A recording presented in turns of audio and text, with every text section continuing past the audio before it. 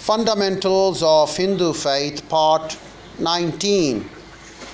Later, from the 9th century onwards, Tantrism, both Hindu and Buddhist, spread throughout the region. Beginning in the first half of the first millennium CE, many of the early kingdoms in Southeast Asia adopted and adapted specific Hindu texts, theologies, rituals, architectural styles, forms of social organization that suited their historical and social conditions. It is not clear whether this presence came about primarily through slow immigration and settlement by key personnel from India or through visits to India by Southeast Asians who took elements of Indian culture back home. Hindu and Buddhist traders, priests, and occasionally princes traveled to Southeast Asia from India in the first few centuries for Common Era and eventually settled there. Enormous temples to Shiva and Vishnu were built in ancient Khmer Empire, attesting the power and prestige of Hindu traditions in the region. Angkor Wat, built in the 12th century in what is now Cambodia, was originally consecrated to Vishnu, although it was soon converted to and is still in use as a Buddhist temple, one of the largest Hindu temples ever built.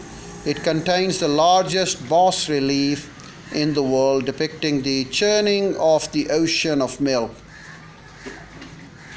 a minor theme of the Indian architecture, but one of the dominant narratives in Khmer temples. Despite the existence of Southeast Asia of Hindu temples and iconography as well as Sanskrit inscriptions, the nature and extent of Hindu influence upon the civilization of the region is fiercely debated by contemporary scholars, whereas early 20th century scholars wrote about Indianization of Southeast Asia. Those of the late 20th and early 21st centuries argued that this influence was very limited and affected only small cross-section of the elite. It is nevertheless certain that divinity and royalty were closely connected in Southeast Asian civilization and that several Hindu rituals were used to valorize the powers of the monarch. The civilization of Southeast Asia developed forms of Hinduism and Buddhism that incorporated distinctive local features and in other respects reflected local cultures. But the framework of their religious life, at least in the upper classes, was largely Indian. Stories from Ramayana and the Mahabharata became widely known in Southeast Asia in local versions, and in Indonesia, the people of Bali still follow the form of Hinduism adapted to their own genius. Versions of the Manu Smriti were taken to Southeast Asia and were translated and adapted to indigenous cultures until they lost most of their original content. Claims of early Hindu contacts farther east are more doubtful. There is little evidence of direct influence of Hinduism on China or Japan, which were primarily affected by Buddhism. Questions of influence on Mediterranean world. There is no clear evidence to attest to the influence of Hinduism in ancient Mediterranean world.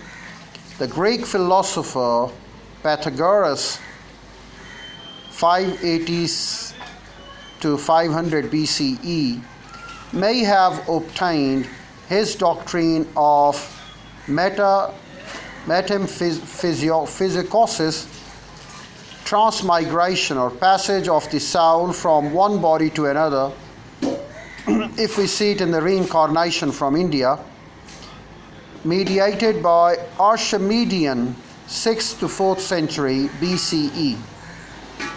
So there is an idea that probably the Greek philosopher Pythagoras might have taken it from Archimedes of 6th-4th century BCE Persia, which were similar ideas known in Egypt and were certainly present in Greece before the time of Pythagoras. Pythagoras stands for Pythagoras, and Archimedean means Archimedes. Pythagoras was from Greece and Archimedes was from Iran. So we're talking about their influence here. The Pythagorean doctrine of cyclic universe may also be derived from India, but the Indian theory of cosmic cycles is not attested in the 6th century BCE.